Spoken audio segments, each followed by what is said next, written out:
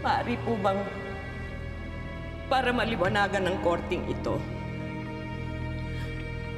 ay isalaysay ko ang tunay na relasyon ng pamilya Wong at pamilya Si. Sige po. Matalik na magkaibigan ang mga magulang namin. Kaya nung naglubha ang papa ko, dahil nag-iisa akong anak, ay hinabili nila na kung sakasakaling may mangyari sa kanya, ay subaybayan ako ni Edward at ni George. Wala kaming kamalay-malay na nailipat pala ni na Edward ang pag-aari namin sa pangalan ng mga Wong, pati ang mansyon namin. Kinuha nila. Nung malaman ko ang tungkol doon, kinumpronta ko agad si Edward. Si Edward ang nag-set ng meeting na yon. Sinabihan niya ako na pumunta sa Avenida Property alas 8 ng gabi. Pero walang dumating na board of directors sa meeting. Edward? At iba pala ang pakay ni Edward.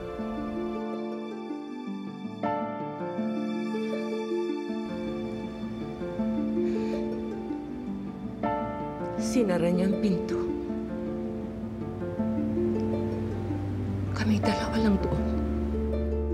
Asan yung mga board of directors? Tayong dalawa lang dito.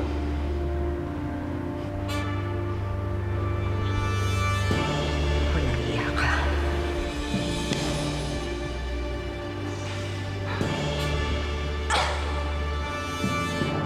Hindi ako titigil hanggat hindi ka mapapasakin.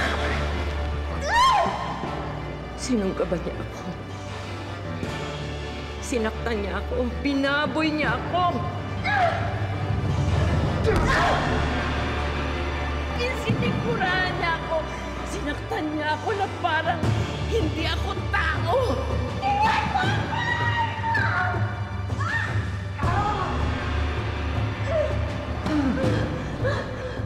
Dumampot ako kung ano man ang madadampot kong papasagin.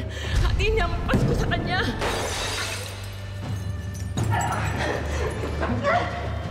At hinihiga niya ako sa mga basag na bubog.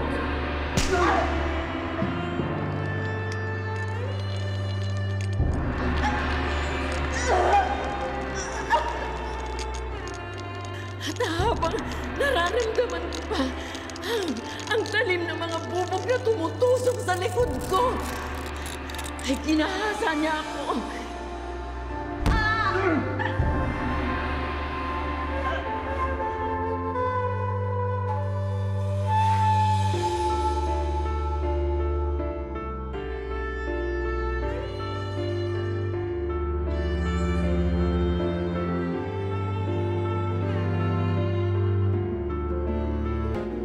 Pagkatapos niya akong gahasain, Huwag na huwag kang magsusumbong.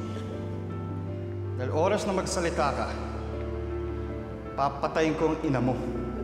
Naintindihan mo?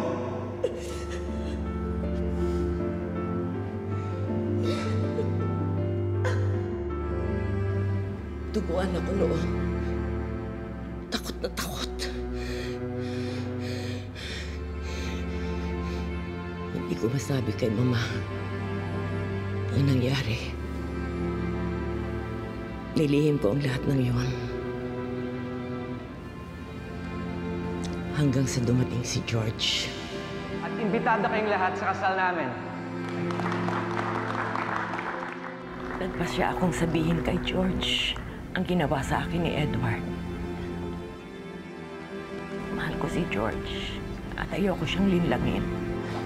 Nagsamantalahan ako ng puyo mo nung pala ka. Patawarin mo ako. Patawarin mo ako.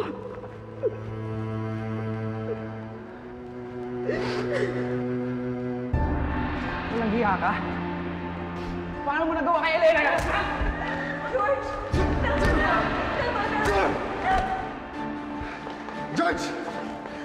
Hindi ako may kasalanan! Ayan! Yung babaeng yan! Si Sassy! Inakit lang tayong dalawa, George. Sinungaling ka! George! George, huwag mo siya paniniwalaan dahil ikaw lang ang mahal ko. George! Ang sabi niya sa akin, ako ang mahal niya, hindi ikaw! Way of yourself! George, huwag mo sabihin sa akin na mas pinaniniwalaan mo siya. George, akala ko mahal mo ko. George, huwag ka magpapadala sa iyak-iyak na yan. Dahil pareho lang tayo niloloko niyan. Nagkatiwalaan kita? Hindi ko alam, isa ka pa ng kilo eh. Tuming babae.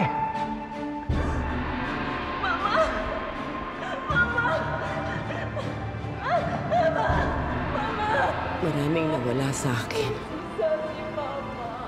Nung gabing iyon, ang aking mama, ang aking karangalan, ang pagmamahal ni George. Nagpasya ako. Naiwanan ng misyon.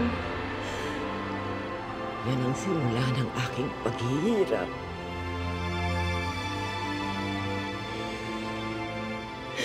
At ang lahat ng yan ay kagagawa ni Edward Wong!